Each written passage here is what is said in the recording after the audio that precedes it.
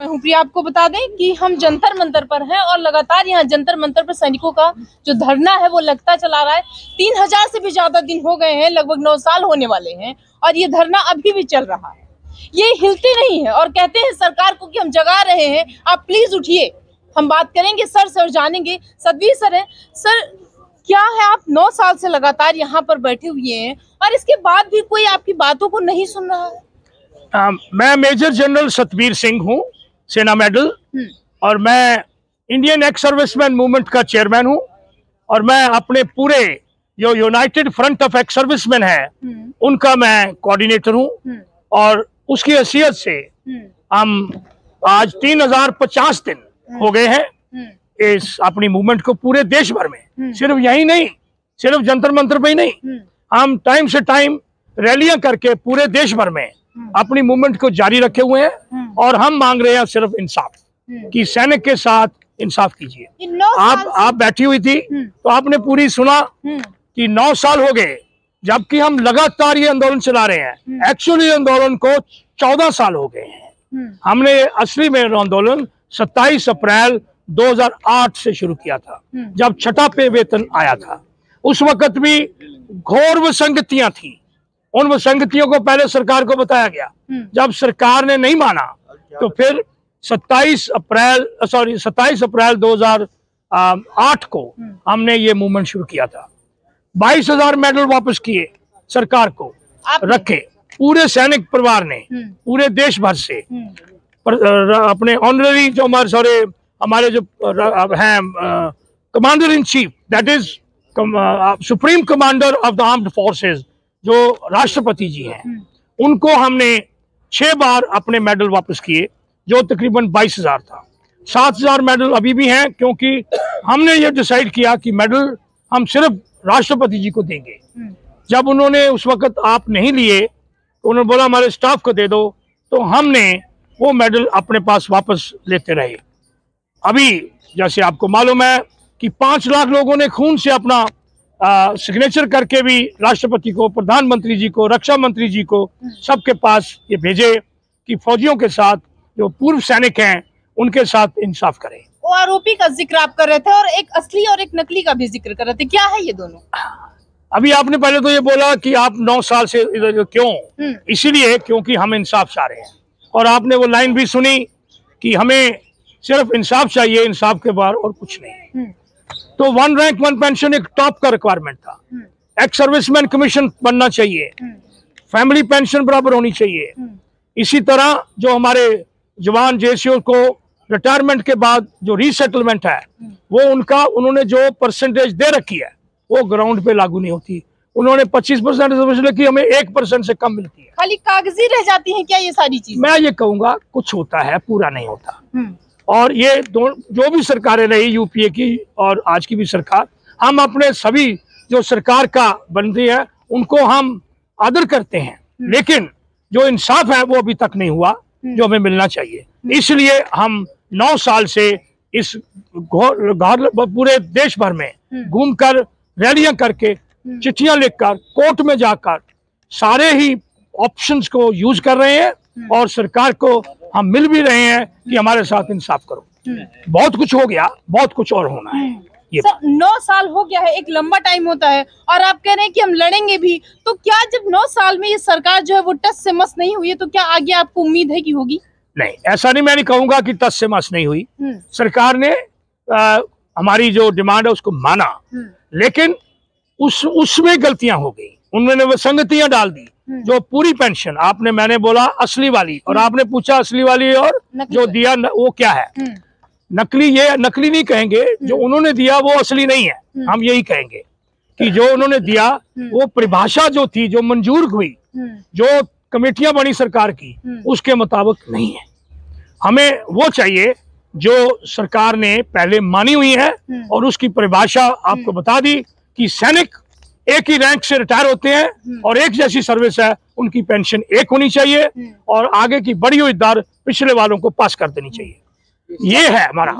जब किसी चीज की बात करते हैं तो जिक्र आता है कि जब आप आरोपी मांगते हैं तो आपको एक छोटा सा लॉलीपॉप दे दिया जाता है, कुछ पैसे आपके बढ़ा दिए जाते हैं और कह देती है सरकार जाइए। ये हुआ, ये होता रहा, बट जब 17 फरवरी 2014 को जो उस वक्त की सरकार है उसने वन रैंक वन पेंशन मान लिया, लेकिन वो सरकार की सरकार नहीं बना सकी। फिर दूसरी सरकार आई, उन्होंने काफी जदोजहद हुई, 7 नवंबर 2015 को वन रैंक वन पेंशन दे दिया, लेकिन उन्होंने बोला हम 5 साल में इक्वल करेंगे, वो भी परिभाषा नहीं है। हम कोर्ट में गए, कोर्ट ने भी जो डिसीजन दिया है वो कहते हैं जो सरकार ने अभी तक लागू किया है उसमें हम कोई कॉन्स्टिट्यूशनल इन्फॉर्मिटी नहीं मानते।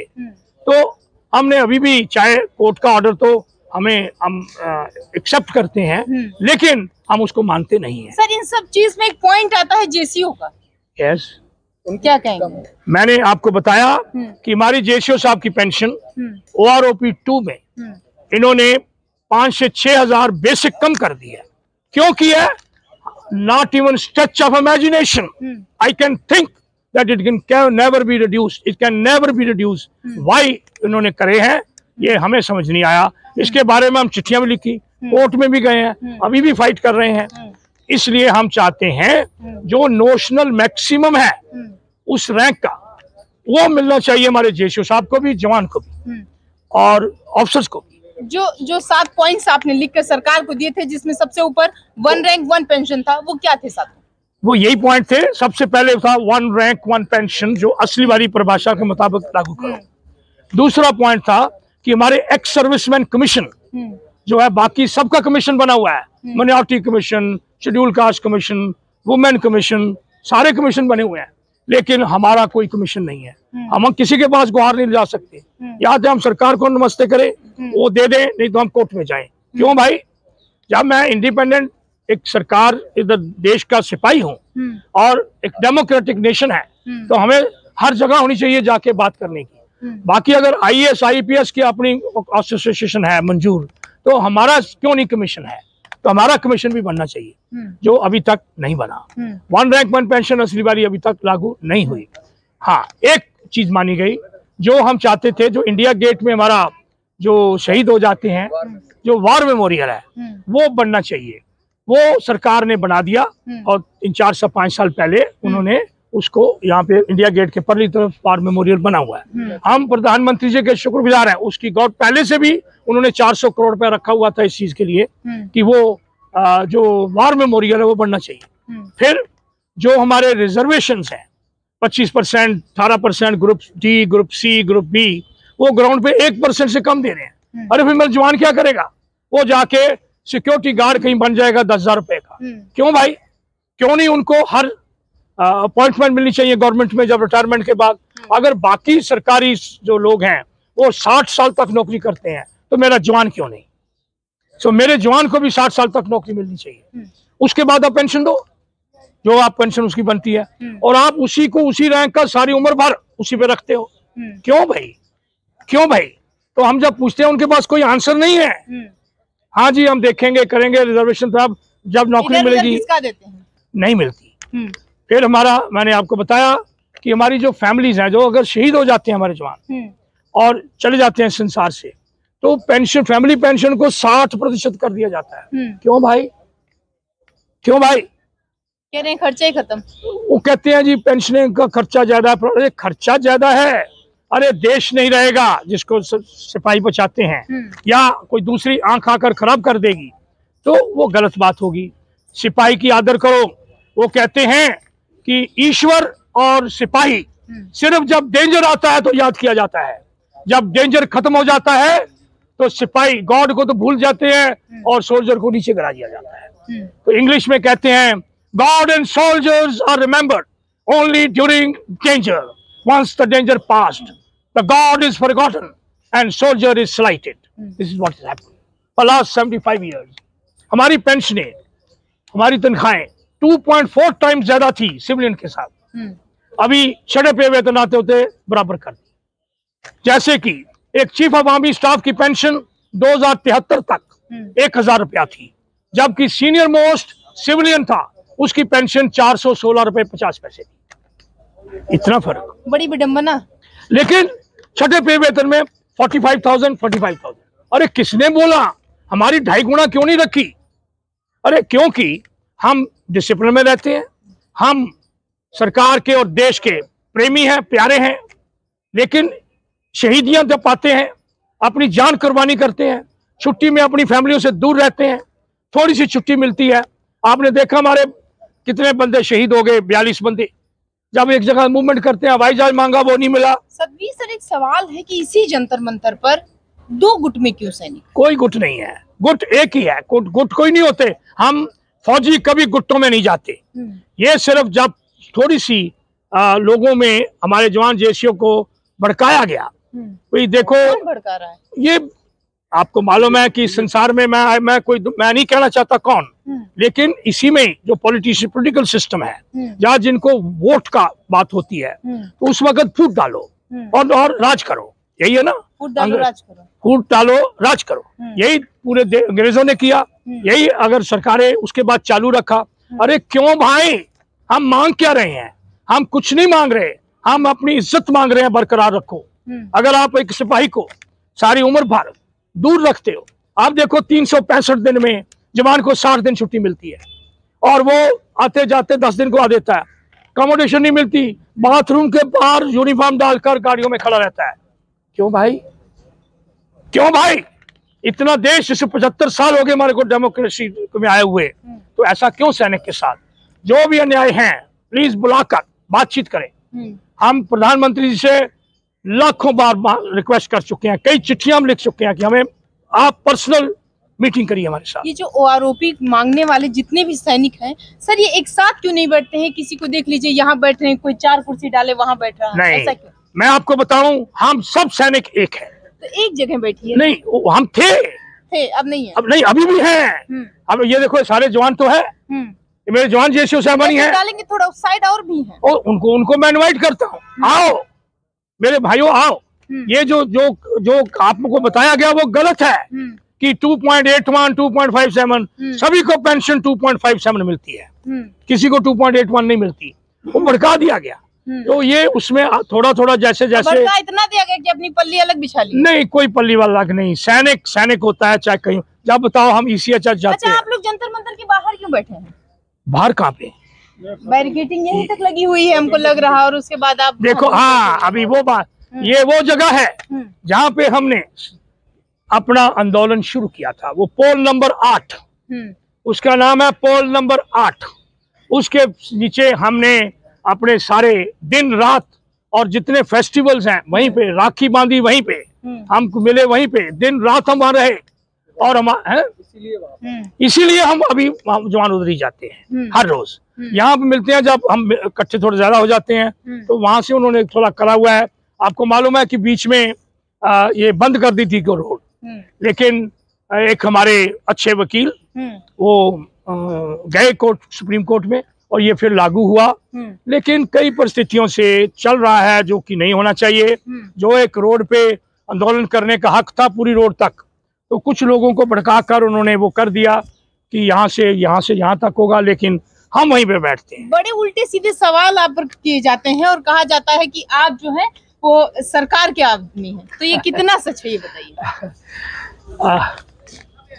हम सभी सरकारों को आदर करते हैं और सलाम करते हैं, ठीक। और सरकार जो है वो हमारे भारत की है, हम भारत के नागरिक हैं और हम सिपाही भी हैं। तो ये हमको कौन कह सकता है कि हम सरकार के, तो हमारी सरकार है ना, हम सभी नागरिक उनके हैं। आप अपने कॉन्स्टिट्यूशन को देखिए, preamble of the constitution says we the people of India. ऐसे तो सब है, लेकिन कहते हैं वो कुछ लोग आए हैं सिलेक्टेड, वहाँ बैठाते हैं, उनको सरकार जो पैसा देती है चुपचाप वहीं से उठ के ऐसा नहीं है, आते ही नहीं। सैनिक का ऐसा ऑब्जेक्टिव नहीं होता। सैनिक नहीं बोला सर। अगर ये बात है तो हम लोग मोदी को गाली नहीं देते यहाँ, फिर हम सरकार के। देखिए, सरकार ये कहे कि हम सरकार की बात बोलकर अपने जवानों को भड़का रहे हैं, तो इससे ज्यादा पाप कभी नहीं हो सकता। कोई भी ऐसे बोलता है, अन्याय हमारे साथ हो रहा है, ये फूट डालने का एक वसीया बनाया हुआ है। कोई ऐसा नहीं है, हम सब एक हैं। सैनिक जब यूनिफॉर्म डाल लेता है तो एक हो जाता है। अभी हमारा जो मेरी रेजिमेंट जिसको हमने कमांड किया, जिसमें हम सिपाही एक सेकंड लेफ्टिनेंट आए थे 1966 में, तो तब से अभी हमारा डायमंड जुबली था हमारी यूनिट के 60 साल का, और हम फिरोजपुर गए। वहां पे जो पुराने रिटायर्ड JCO जवान आए हुए थे, मैं उनका कमांडिंग अफसर भी रहा। जो उस वक्त जवान जेसीओ थे, हमारा जब मैं था तब भी हम मंदिर से शुरू करते थे। हर रोज एक श्लोक पढ़ा जाता था गीता का और वो सबको पास किया जाता था। उस दिन भी वो वेट कर रहे थे, हमारी गाड़ी लेट थी, यहाँ से पंजाब मेल फिरोजपुर पहुंचते पहुंचते 1.5 घंटा लेट हो गई। जब हम वहां पहुंचे तो पूरी रेजिमेंट बाहर सड़क पे खड़ी थी, और जब हम पहुंचे वहां पे तो हमारे 3-4 जवान, हमारे जेसीओ साहबान, वो सड़क पे लेट गए कि सतबीर साहब आप आओ, जल्दी आओ, वेट कर रहे थे।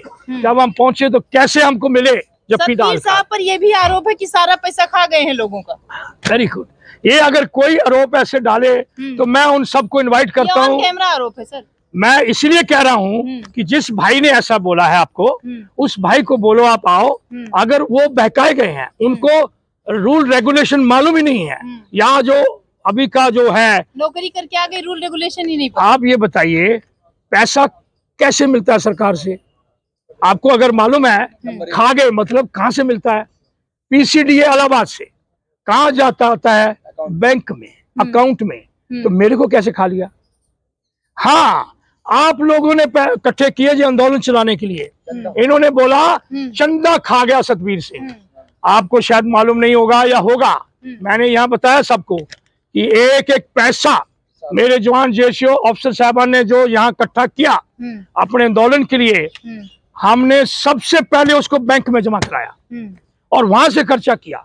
और आपको खुशी होगी सुनकर कि आज के दिन हमारा 2,72,00,000 रुपया फिक्स डिपॉजिट में जमा है, जिससे हम इंटरेस्ट मिलता है, तो उससे हम ये सब चला रहे हैं। आज की चाय कॉफी हम उसी से पे कर रहे हैं।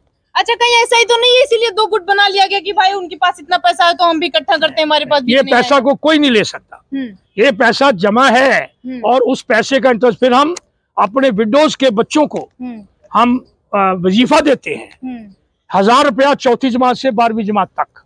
और विडोज को अगर कोई काम करता है तो जितने भी पैसे लगे हम उनको मशीन वगैरह खरीद के देते हैं। अभी तक तकरीबन 100 से ज्यादा विडोज को हम ये पैसा दे चुके हैं।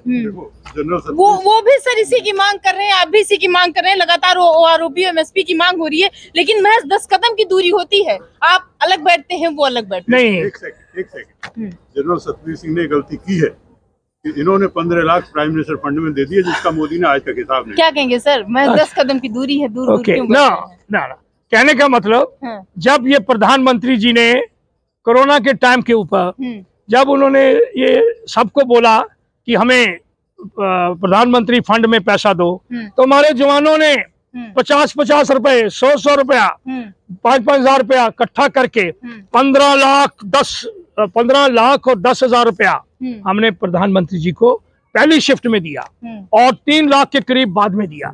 तो वो हमारे जवानों का ही था, इन्होंने इनका इकट्ठा किया हुआ था। एक सवाल पेंडिंग है, पर एक चीज याद रखना, मेरे भाई लग नहीं है, मैं नहीं कहूंगा कि वो दूर है, हम सब एक हैं। समझ में थोड़ी तब्दीली आई है, वो भी फूट डाली। सब मानते हैं सब एक है, तो फिर 10 कदम की दूरी पर अलग अलग क्यों सर? अलग मैं तो नहीं हूँ, मैं तो उन बच्चों को भी कहता हूँ आओ, हम एक ही तो हैं। क्यों नहीं आ रहे? आ जाएंगे। कब तक आएंगे वो? देखो जब तक ईश्वर चाहेगा। हम भगवान से प्रार्थना करते हैं। सिपाही एक है, सिपाही का नाम ही एक है, खाली यहाँ बैठा अलग अलग है। नहीं, अलग नहीं बैठे हुए, लग नहीं है। मैं आपके थ्रू दोबारा कहना चाहता हूँ कि हम सिर्फ किसी के कहने पर अगर थोड़ा सा लग विचार हो जाता है। आप देखिए पृथ्वीराज का भाई कौन था? जयचंद। वो क्यों अलग हो गया जब बाहर से अटैक हुआ? नहीं, मैं नहीं कह रहा वो जयचंद है, मैं नहीं कह रहा। एक मिनट सुनिए, दोबारा बोल रहा हूँ कि फर्क बहुत बदनाम है। सोच लो, मैं उसको नहीं बोल रहा हूँ, मैं कह रहा हूँ कि सोच अलग हो सकती है, सोच अलग हो सकती है, लेकिन सिपाही अलग नहीं हो सकता। आखिर में वो इकट्ठे हुए, आखिर में उन्होंने हराया। सर क्या मैसेज देना चाहेंगे? यही मैसेज दूंगा, सैनिक एकता जिंदाबाद, सैनिक एकता जिंदाबाद, भारत माता की जय। सैनिक एकता जिंदाबाद। यहाँ जो है वो 9 साल होने वाले हैं और वहाँ 9 महीने होने वाले हैं। मांग एक ही है, एमएसपी मांग एक ही है, 1 रैंक 1 पेंशन। अब देखने की बात ये होगी कि आखिर ये 1 रैंक 1 पेंशन जो है ये सरकार कब तक इनको देती है और कब जो है इनकी ये मांगे वहां तक पूरी होती है।